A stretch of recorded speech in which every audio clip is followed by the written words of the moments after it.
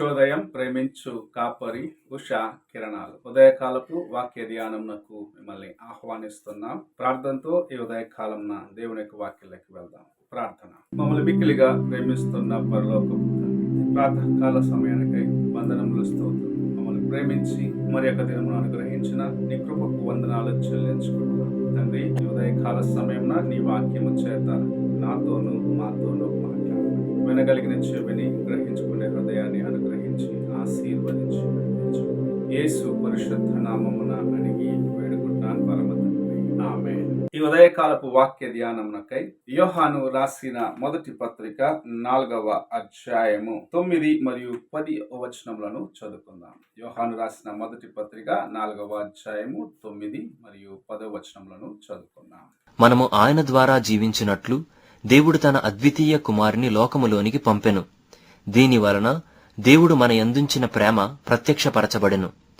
మనము దేవుని ప్రేమించితిమని కాదు, తానే మనలను ప్రేమించి మన పాపములకు ప్రాయశ్చిత్తమై యుండుటకు తన కుమారుని పంపెను.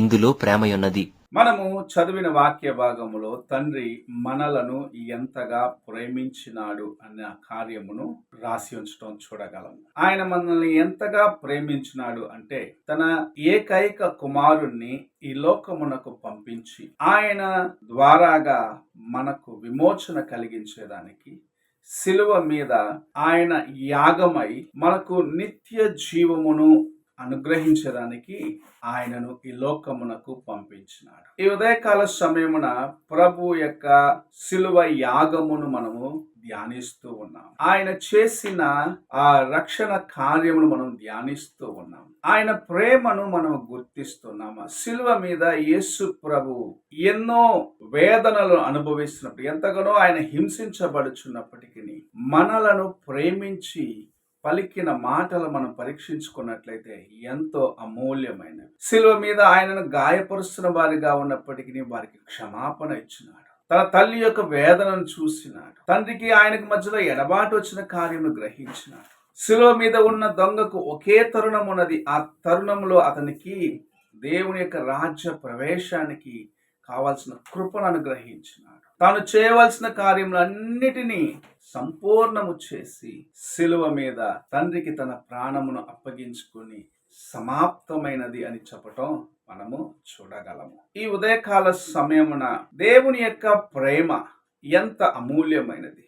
నీ కోసము నా కోసము శిలువలో రక్తము కార్చే అంతగా ఆయన నిన్ను ప్రేమించినాడు అని గ్రహించుకోవాలి. ఆయన తన్ను తాను రిక్తునిగా చేసుకునేదానికి తండ్రి ద్వారాగా ఈ లోకమునకు పంపించబడ్డాడు. ఆయన రిక్తుడిగా చేసుకొని తాను గాయములు పొంది దెబ్బల వలన మనకు విమోచన ఇచ్చినాడు. అది ఈ లోకమునకు సంబంధించినది కాదు. పాపము నుండి విడుదల ఇచ్చి నీకు నాకు నిత్య రాజ్యమునకు ప్రవేశమును ఇచ్చినాడు. ఈ ఉదయకాల సమయమున ప్రభు యొక్క ప్రేమను నీవు గుర్తించాలని ఆయన ఆశిస్తూ ఉన్నాడు. నీవు నశించి నరకానికి పోకూడదని, నీ జీవితం ఆయన దృష్టికి అమూల్యముగా ఉన్నదని, నిన్న ఆయన వెతుక్కుంటూ వచ్చి నీకోసమే ఈ కార్యమును చేసినాడని నీవు గుర్తించాలని ఆశిస్తూ ఈ ఉదయకాల సమయమున నీతో మాట్లాడుచు ఉన్నాడు. ప్రభు యొక్క శిలువ యాగమును జ్ఞాపకం చేసుకుంటున్న ఈ దినమున ఆయన నీ కోసమే ఈ లోకమునకు వచ్చినాడనేది ఎన్నడూ మర్చిపోరా. ఒకవేళ లోకములో వేరు ఎవ్వరూ లేకపోయినను నిన్ను విమోచించవలసిన పరిస్థితి ఉంటే ప్రభు ఆ కార్యమును చేసేవాడని గ్రహించుకొని నీ హృదయాన్ని ఆయనకు సమర్పించుకో. శిలువ మీద ఆయన పలికిన ప్రతి మాటను ఒక్కసారి నువ్వు జ్ఞాపకం చేసుకున్నట్లయితే ఎంత ప్రేమ, ఎంతగా ఆయన నీ కోసం శ్రమను ఓర్చినాడు, ఎంతగా నిన్ను ఆయన కనికరించినాడు అన్న కార్యమును నీవు గ్రహించుకొనగలవు. ఆ ప్రేమామయుడు ఈ ఉదయకాల సమయమున నేను ఆహ్వానిస్తున్నాడు.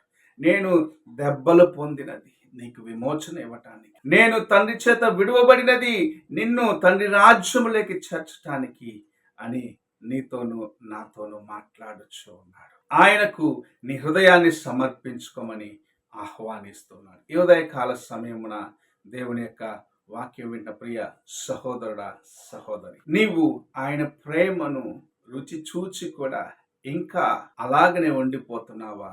లేక ఆయన ప్రేమను ఇతరులకు చాటింపాలన్న ఆశ కలిగి ఉన్నాడు. నిన్ను ప్రేమించిన ప్రభు తన యొక్క ప్రాణమునిచ్చి నిన్ను విమోచించినాడు. ఆ ప్రేమను ఇతరులకు నీవు తెలియపరచగలిగినట్లయితే నీవు ధన్యుడవు. ప్రార్థన చేసుకుందాం. మమ్మల్ని మిక్కిలిగా ప్రేమిస్తున్న పరలోకపు తండ్రి, ఈ ఉదయ కాలమున నీవిచ్చిన నీ యొక్క వాక్యము కోసము వందనాలు. నీవు సిలువ మీద మమ్మల్ని ఎంతగా ప్రేమించిన తండ్రి, నిన్ను మా కోసము నాయన బలిగా అర్పించి దేవా, నశించిపోయిన మాకును నాయన ఆ గొప్ప కృపనిచ్చి తండ్రి రాజ్యములోకి ప్రవేశమునిచ్చిన కార్యమును జ్ఞాపకం చేసు. ఈ ఉదయకాల సమయమున మేము నీకు సమీపముగా నీకు ఇంకను నాయన చేరువయ్యేదానికి సహాయము చేయ దేవా. నీవు ప్రేమను గుర్తించి అంతవరకు నీకు నమ్మకముగా ఉండేదానికి సహాయము చేసి నడిపించమని యేసు పరిశుద్ధ నామమున అడిగి వేడుకుంటున్నాను పరమ తండ్రి. ఆమేన్. తండ్రి అయిన దేవుని ప్రేమ, కుమారుడైన క్రీస్తు కృప, ఆదరణకర్తైన పరిశుద్ధాత్మ యొక్క సహవాసం